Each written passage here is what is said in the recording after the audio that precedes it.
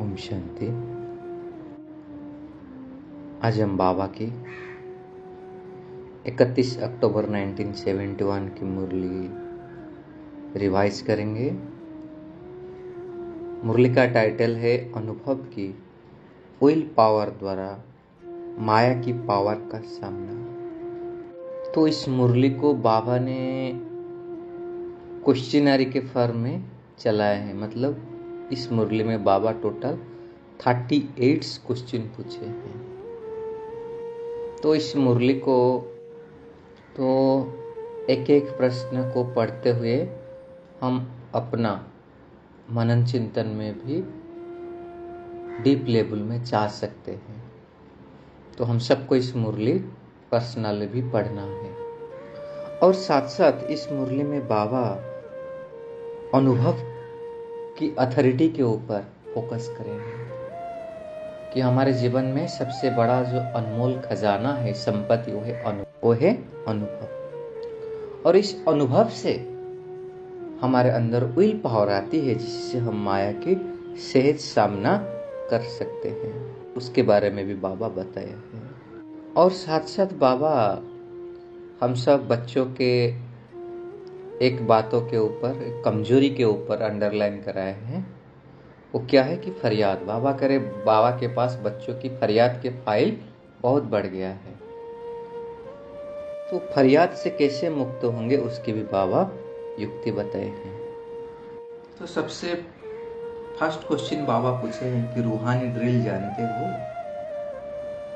बाबा कहे शारीरिक ड्रिल में जैसे जहां चाहे और जैसे अपने शरीर को मोड़ सकते हो, ऐसे रूहानी ड्रिल से 1 सेकंड में बुद्धि को जहां चाहे जब चाहो उसी स्टेज पर, उसी परसेंटेज में स्थित कर सकते हो। ऐसे रूहानी मिलिट्री बने हो। अभी अभी अड़र हो कि अपने संपूर्ण निर्विकारी, निरंकारी, निराकारी स्टेज पर स्थित हो जाओ, तो क्या स्थित हो सकते हो? फिर आगे बाबा पूछ रहे हैं कि 1 सेकंड की ये जो बाजी है उसे जीत सकते हो? ऐसे विजयी अपने आप को समझते हो? ऐसे सर्व शक्तियों के संपत्तिवान अपने को समझते हो? दाता के बच्चे सदा सर्व संपत्तिवान हैं, ऐसे अपने को समझते हो? या अभी तक 63 जन्मों के भक्तपन व भिखारीपन के संस्कार कब इमर्ज होते हैं? फिर आगे कह रहे हैं कि बाप की मदद चाहिए, आशीर्वाद चाहिए, सहयोग चाहिए, शक्ति चाहिए। ये चाहिए तो नहीं है। चाहिए शब्द दाता, विधाता, वरदाता बच्चों के आगे शुभता है। फिर आके बाबा कहे कि दाता के बच्चे हैं ना, तो सर्व शक्तियों से संपन्न होते हैं, और यही संपन्न स्थिति संपूर्ण स्थिति को समीप लाती है। तो अपने को विश्व के अंदर सर्व आत्माओं से न्यारे और बाप के प्यारे विशेष आत्माएं समझते हो? साधारण आत्माएं और विशेष आत्माएं में जो अंतर है उसको जानते हो? फिर बाबा विशेष आत्माओं की विशेषता बता रहे हैं कि वो सदा अपने को सर्व शक्तियों से संपन्न अनुभव करे। जो गायन है ना, अप्राप्ति नहीं कोई वस्तु, वह इसी समय जब सर्व शक्तियों से अपने को संपन्न करेंगे, तभी भविष्य में भी सदा सर्व गुणों से भी संपन्न और सर्व पदार्थों से भी संपन्न और संपूर्ण स्टेज को पा सकेंगे। बाबा करे इसलिए तो भट्टी में आए हो ना। जो भी अपने में अप्राप्ति अनुभव करते थे, वह प्राप्ति के रूप में परिवर्तन हुए, कि अभी तक भी कोई अप्राप्ति अनुभव करते हो? तो फिर इतना सारे प्रश्न पूछने के बाद बाबा आगे करें कि जब अनुभव स्वरूप बन गए ना, तो अनुभव की बातें क्या होती है? अविनाशी होती है। इम्पोर्टेंट बात बाबा, बहुत इम्पोर्टेंट बात अभी बाबा करें कि सुनी सुनाई बातों में वायुमंडल के प्रभाव के आधार पर प्राप्त हुई बातें या कोई श्रेष्ठ आत्माओं के सुनने के आधार पर उस प्रभाव के अंदर प्राप्त हुई बातें अल्पकाल की हो सकती है, लेकिन अपने अनुभव की बातें सदा काल की अविनाशी होती है। इस हम सबको सोचने की बात है। चाहे वायुमंडल के प्रभाव में आ गए या कोई प्रोग्राम फंक्शन में गए, किसी बड़े महारथी का क्लास सुने करे, उसी से जो अनुभव होते हैं ना वो है अल्पकाल के। लेकिन उसी चीज को हम अपने स्वयं के जीवन में अगर अनुभव करें वो हो गया अविनाशी। इसलिए बाबा कहे सुनने वाले बने हो या अनुभवी मूर्त बने हो। अगर दोनों ऑप्शन नहीं है, बाबा फिर बोल रहे क्या ऐसे है कि अभी सुन रहे हैं फिर बाद में जाकर अनुभवी करेंगे, अनुभवी बनेंगे। इसलिए बाबा कहा सभी से पावरफुल स्टेज है अपना अनुभव, क्योंकि अनुभवी आत्मा में विल पावर होती है। अनुभव की विल पावर से माया की कोई भी पावर का सामना कर सकेंगे। जिनमें विल पावर होती है वह सहज ही सर्व बातों का, सर्व समस्याओं का सामना कर सकते हैं और सर्व आत्माओं को सदा संतुष्ट भी कर सकते हैं। तो सामना करने की शक्ति से सर्व को संतुष्ट करने की शक्ति अपने अनुभव के विल पावर से सहज प्राप्त हो जाती है। तो ये अनुभव की बाबा ने महत्व को बताया कि इससे अनुभव से विल पावर और फिर संतुष्टता की शक्ति आती है। अगर इन दोनों शक्तियां हैं तो फिर विजयी बन जाएंगे। विजयी अर्थात स्वप्न में भी संकल्प में भी हार ना हो, ऐसे हर संकल्प बोल हर कर्म विजयी हो, अर्थात हार का नाम निशान नहीं है। ऐसे संपूर्ण निशानी को एक सेकेंड में अपना निशाना बना सकते हो। फिर बाबा ने जिस्मानी मिलिट्री वालों के एग्जाम्पल दिया है। अगर वो लोग एक सेकेंड में निशाना नहीं बना सकते तो क्या होता है, हार खा लेते हैं, और निशाना ठीक है तो विजयी बन जाते हैं। ऐसे अपनी बुद्धि को इस निशाने पर एक सेकेंड में ठीक टिका सकते हो। ऐसे एवर रेडी बने हो कि मेहनत करने के बाद निशाने पर स्थित हो सकते। तो बाबा पूछ रहे हैं ऐसे एवर रेडी बने हो या मेहनत करने के बाद निशाने पर स्थित हो सकते हो। इंपॉर्टेंट बात बाबा कह रहे कि ऐसे प्रयत्न करते करते विजय का सेकंड भी बीत जाएगा, फिर विजय माला के मणके कैसे बनेंगे। इसीलिए जिसे निरंतर याद में रहना है ना, वैसे निरंतर विजयी बनो।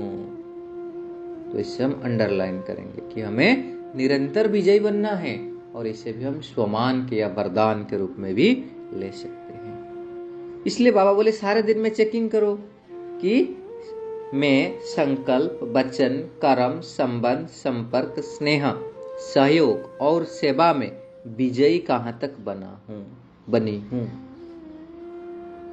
अगर बहुत समय से सदा के विजयी, हर कदम के विजयी, हर संकल्प के विजयी रहेंगे, तभी तो विजय माला के समीप के मणके बन सकेंगे।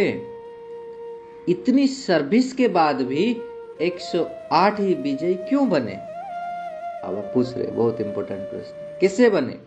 इस पुरुषार्थ से ऐसे श्रेष्ठ बने तो बहुत समय से सदा के विजयी बनेंगे, तभी बहुत समय से यादगार बना सकेंगे।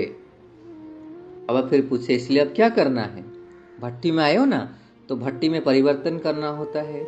इस परिवर्तन से हम विजयी बन जाएंगे। तो बाबा एक सुंदर बात करें कि जब मधुबन में हम जाते हैं ना, तो बाबा कहे ऐसे सभी लोग अनुभव करें कि अनेक आत्माएं आप लोगों द्वारा यह अनुभव करके जाए कि यह मधुबन अव्यक्त वतन से अव्यक्त स्थिति में स्थित रहने वाले अव्यक्त फरिश्ते व्यक्त देश में विश्व कल्याण के निमित्त आए हुए हैं।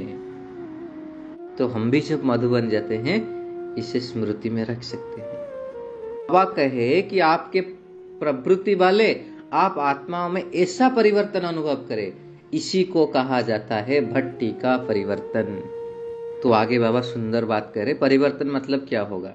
नैन रूहानियत का अनुभव कराए, चलन बाप के चरित्रों का साक्षात्कार कराए, मस्तक मस्तक मणि का साक्षात्कार कराए, यह अव्यक्त सूरत दिव्य अलौकिक स्थिति का प्रत्यक्ष रूप दिखाए, आपकी अलौकिक वृत्ति कोई भी तमोगुणी वृत्ति वाले को अपने सतोगुणी वृत्ति की स्मृति दिलाए, इसको कहा जाता है परिवर्तन, व इसी को ही सर्विसेबल कहा जाता है।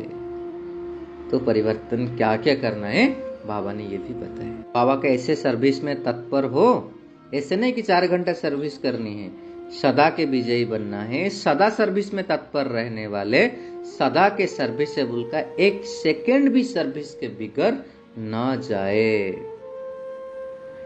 ऐसे सर्विसेबल बनना यही विशेष आत्माओं की विशेषता है। तो इसलिए बाबा बोले कि सभी बात में फूल बनना है। फिर बाबा कहे जो सभी बातों में फूल है ना, वो कभी फेल नहीं होते हैं, और जो फूल होता है उसमें फ्लॉ नहीं होता है, इसलिए कभी वो फेल नहीं होते हैं। ना फेल होते हैं ना कोई व्यर्थ बात तो वो लोग फील करते हैं। अगर थोड़ी थोड़ी बातों में फील करते हो ना, तो इसका मतलब फूल नहीं हो। जो फूल होगा वह व्यर्थ बातों को फील भी नहीं करेगा और ना फेल होगा। तो बाबा करे ऐसे तिलकधारी बने हो। बाबा कहे जो तिलक अभी बाबा ने बताए, इस तिलक का अगर मस्तक पर नहीं लगाएंगे तो क्या होता है, याद के बजाय बच्चे फरियाद करते हैं। बाबा करे फरियाद की फाइल बहुत बन गई है बाबा के पास, हर एक के फरियाद की फाइल मालूम है कितनी है। तो निरंतर याद में रहने से, निरंतर विजयी बनने से, निरंतर सर्विसेबल बनने से फरियाद करने की आवश्यकता नहीं होगी।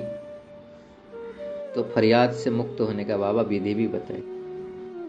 इसलिए बाबा कहे कि संपूर्ण कमजोरियां की आहुति डालने के लिए भट्टी में आए हो ना, तो सर्व कमजोरियों की आहुति यज्ञ में डाल दी है, अभी रह गई है। जो स्वाहा कर दिए वो स्वप्न में भी नहीं देख सकते। तो बाबा के ऐसे स्वाहा हुए। आगे बाबा कह रहे हिम्मत और उल्लास, यह दोनों ही अभी के रिजल्ट में मेजॉरिटी में दिखाई देते हैं। इसी हिम्मत और उल्लास को सदा के लिए अपनी वृत्ति बनाना, हिम्मत और उल्लास को हमारे वृत्ति बनाना। और एक इंपॉर्टेंट बाबा बात कह रहे हैं कि धरनी नरम भी है और फलीभूत भी है, लेकिन अपनी फलीभूत धरनी में बीती हुई पास्ट जीवन के विकर्म और विकर्म के कांटे बोने नहीं देना। इंपॉर्टेंट पॉइंट है। कांटे को बाप के सामने समर्पण किया। सर्व कांटे जो अब तक अंदर होने के कारण नुकसान करते रहते, वह अब बाप के सामने स्वाहा हुए। स्वाहा को क्या कहते हैं, राख कहते हैं ना। तो जो राख हुई चीज अथवा भस्म हुई चीज फिर कभी भी अपने धर्म में उसे नहीं बो देना, अर्थात उसे कभी स्मृति में नहीं लाना। स्वाहा अर्थात नाम निशान समाप्त। इसलिए बाबा ने कहा आज से यही समझो कि मुझ सतोगुणी आत्मा के यह संस्कार नहीं है, अर्थात यह मेरे संस्कार नहीं है। जैसे दूसरे के संस्कार को साक्षी होकर देखते हो, वैसे अपनी तमो प्रधान स्टेज के संस्कार को भी साक्षी हो देखना, ऐसे समाप्त करना। बहुत सुंदर तरीके बाबा ने बताया।